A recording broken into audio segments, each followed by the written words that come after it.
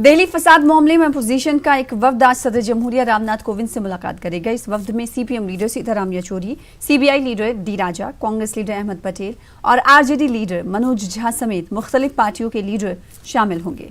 Opposition का वफ्द 12:30 बजे सदर जमहूरिया से मुलाकात करेगा और इन्हें एक मेमोरेंडम भी सौंपेगा।